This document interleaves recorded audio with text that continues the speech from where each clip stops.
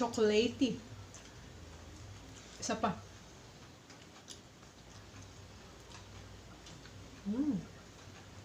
Napakasarap. So, ito po yung mga ingredients na kailangan natin for our chocolate pudding. Unang-una, we have our water, 2 cups. And then, syempre, yung ating cornstarch na 1/2 cup. Tapos, mayroon tayong 2 tablespoon of chocolate powder. Tapos, itong evaporated milk na hindi ko lang, takpan ko lang yung brand, basta ganito ang size. It's 140 ml. Tapos we have our condensed milk na 3/4 cup lang po ito. If you want it to be more sweet, then you can add more. So ngayon, ito naman mamaya para lagyan natin sa toppings. So ang una natin gawin is we will mix muna ito, mga ingredients. Siyempre, buksan muna natin to. Halo muna natin yung ating cornstarch sa ating water. Para mamaya hindi siya buo-buo. Pag natin. Mix na natin. Mix. Mix. And then, we'll put our chocolate powder.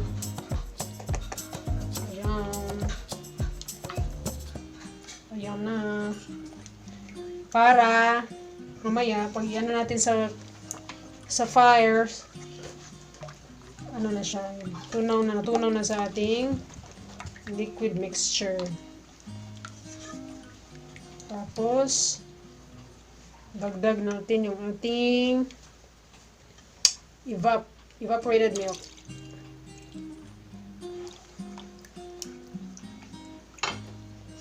Mix lang hanggang sa matunaw. Tunaw bang tawag dyan? Ma-mix with the other ingredients, ang ating cornstarch at ang ating chocolate powder. So, syempre, ang ating pampatamis is the condensed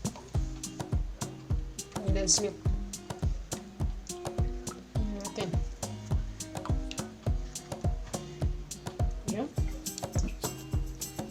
Yun lang yung mga ingredients na kailangan natin.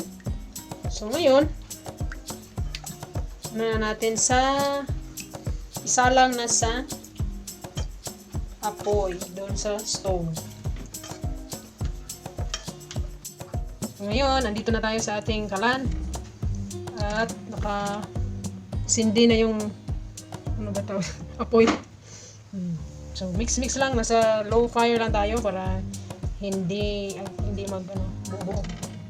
Mix lang until mapapansin nyo na buo na, maging malapot na ito mamaya after ilang minutes.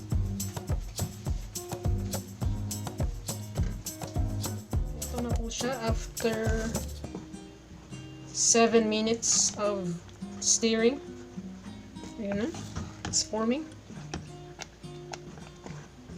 Halo pa ng mga ilang minuto pa until ma-reach natin yung gusto natin na consistency or yung thickness. Dagdagan pa natin ng another 3 minutes. So, total of 10 minutes na stirring. So, ito na siya. After 10 minutes, total of 10 minutes na cooking time. So, off na natin yung ating fire. Tapos lipat na natin to sa ating lagayan.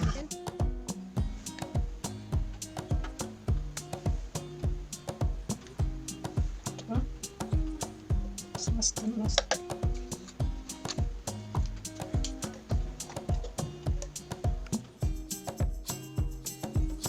Lagyan po natin ng chocolate powder sa ibabaw. Optional po ito, pero maganda to ng option kasi mas nagiging chocolatey yung ating chocolate pudding. Laki po ng aking strainer. Pagpasensyahan nyo na. Ayan. Dust lang, dust. Parang nasobrahan ata yung isa. Kita ba? Tapos, syempre, yung ating chocolate chips. Mamaya, pag malamig na to siya, masarap namnamin. Overload. Chocolate overload. Ang dating. Pero mainit pa. Lamigin muna natin para mas masarap. Yan na. Okay. Mamaya i-taste test natin. Ito na. Napalamig na po natin. Ready for the verdict na. Let's taste it. Yan na.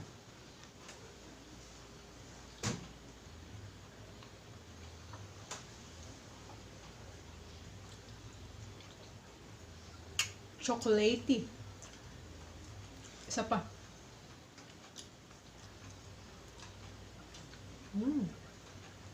Napakasarap.